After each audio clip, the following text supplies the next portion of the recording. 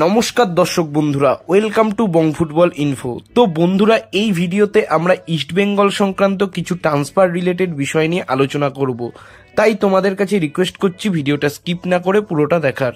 তো বন্ধুরা, David, mark জোথান পুইয়া, প্রভাত Lakra, মাধি Talal এই ডিলগুলো ইস্টবেঙ্গল কমপ্লিট করেছে, কিন্তু বর্তমান মুহূর্তে দাঁড়িয়ে ইস্টবেঙ্গলের সাথে আরও কিছু প্লেয়ারের নাম জড়াচ্ছে।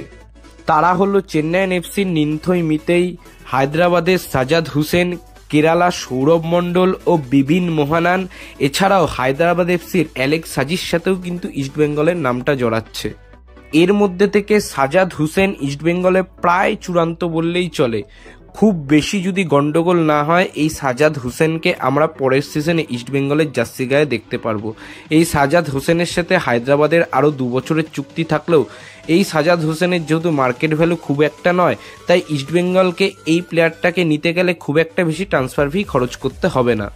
নিন্থই মিতেইর সাথে জাস্ট কথাবার্তা শুরু হয়েছে, সে এখনই ইস্টবেঙ্গলে কনফার্ম হয়ে যায়নি। যদি ইস্টবেঙ্গল এই ডিলটাকে ক্র্যাক করতে পারে, তাহলে ইস্টবেঙ্গল একজন প্রপার রাইট উইঙ্গার পাবে।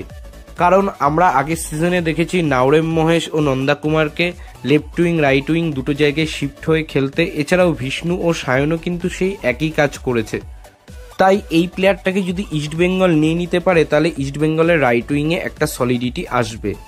এবার যদি আমরা সৌরভ মণ্ডলের কথায় আসি, তাহলে সৌরভ মণ্ডলের সাথে কেরালা ব্লাস্টার্সের 1 বছরের চুক্তি আছে। এবার কেরালা ব্লাস্টার্স যদি মার্কেটিংয়ের কথা ভাবে, তাহলে ইস্টবেঙ্গল কিন্তু এই প্লেয়ারটাকে ট্রান্সফার ফি দিয়ে নিয়ে নিতে পারবে, যদি এই প্লেয়ারটা ইস্টবেঙ্গলের খুবই দরকার হয়। এই প্লেয়ারটা মাল্টিপল পজিশনে খেলতে পারে, ডিফেন্সিভ মিডফিল্ডার, রাইট মিডফিল্ডার ও লেফট মিডফিল্ডেও খেলতে পারে। তো দেখা যাক কি হয়। এই ডিলগুলোতে যদি ইস্টবেঙ্গল ব্যর্থ হয়, তাও আমার মনে হয় না ইস্টবেঙ্গলের তেমন কিছু আসে যাবে। কিন্তু বিবিন মোহানান ও অ্যালেক্স সাজির ডিলটা যদি ইস্টবেঙ্গল কোনোরকমভাবে ক্র্যাক করতে পারে, এই দুটো প্লেয়ারই কিন্তু পরের সিজনে ইস্টবেঙ্গল টিমে একটা ইম্প্যাক্টফুল পারফরমেন্স রাখতে পারবে। এবং এই দুটো প্লেয়ারের জন্যই কিন্তু ইস্টবেঙ্গল আইএসএল এর লিগ শিল্ড জয়ের রেসেও থাকবে। কারণ অ্যালেক্স সাজি একজন ডিফেন্ডার, সে রাইট ব্যাকও খেলতে পারে। ইস্টবেঙ্গলে লালচুংলুঙ্গাও আছে, তাই লালচুংলুঙ্গা ও অ্যালেক্স সাজি যদি ইস্টবেঙ্গলে খেলে, তাহলে ইস্টবেঙ্গলের ডিফেন্সের যে ডেপথটা সেটা অনেকটাই ভালো হবে এবং ইন্ডিয়ান ডিফেন্ডারের অপশনটাও বাড়বে ইস্টবেঙ্গলের জন্য। বিবিন মোহানান, তার বয়স মাত্র 31, সে কেরালা ব্লাস্টার্সের হয়ে দারুণ পারফরমেন্স করেছে।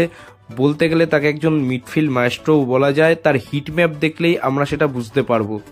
তাই মোহনবাগান আগের সিজনে যেমন অনিরুদ্ধ থাপা, আনোয়ার আলী ও সাহাল আব্দুল সামাদকে টিমে ভিড়িয়েছিল, ইস্টবেঙ্গলেরও এই সিজনে এই দুটো প্লেয়ারকে এইভাবেই টিমে ফেরানো উচিত। তাতে একটু যদি বেশি খরচ হয়, সেই দিকে না চিন্তাভাবনা করাই উচিত। এবার বিবিন মোহানান 31শে মের পর ফ্রি হয়ে যাবে। ইস্টবেঙ্গল যদি তাকে ভালো অফার দেয়, সে ইস্টবেঙ্গলে সাইন করবে। অ্যালেক্স সাজিকে নিতে গেলে ইস্টবেঙ্গলকে ভালো ট্রান্সফার ফি খরচ করতে হবে, কারণ 2026 অবধি অ্যালেক্স সাজির সাথে হায়দ্রাবাদের কন্ট্রাক্ট রয়েছে। তাই আমার মতে এই দুটো প্লেয়ারের পেছনে ইস্টবেঙ্গলের অল আউট যাওয়া উচিত। তো এবার দেখা যাক কি হয়। তো বন্ধুরা, ভিডিওটা এখানেই শেষ করছি। ভিডিওটা ভালো লাগলে লাইক করে দাও, শেয়ার করে দাও, আর কমেন্টে জানাও যেসব প্লেয়ারগুলোর নাম বললাম তাদের মধ্যে থেকে তোমরা কাদেরকে ইস্টবেঙ্গল জার্সিতে দেখতে চাও। আর সবশেষে একটা কথাই বলবো, দেশ ও বিদেশের ফুটবলের নানা রকম আপডেট ও অ্যানালাইসিস পাওয়ার জন্য আমাদের চ্যানেলটা সাবস্ক্রাইব করে বেল আইকনটা প্রেস করে দাও। তো আজকের মতো টাটা, বাই।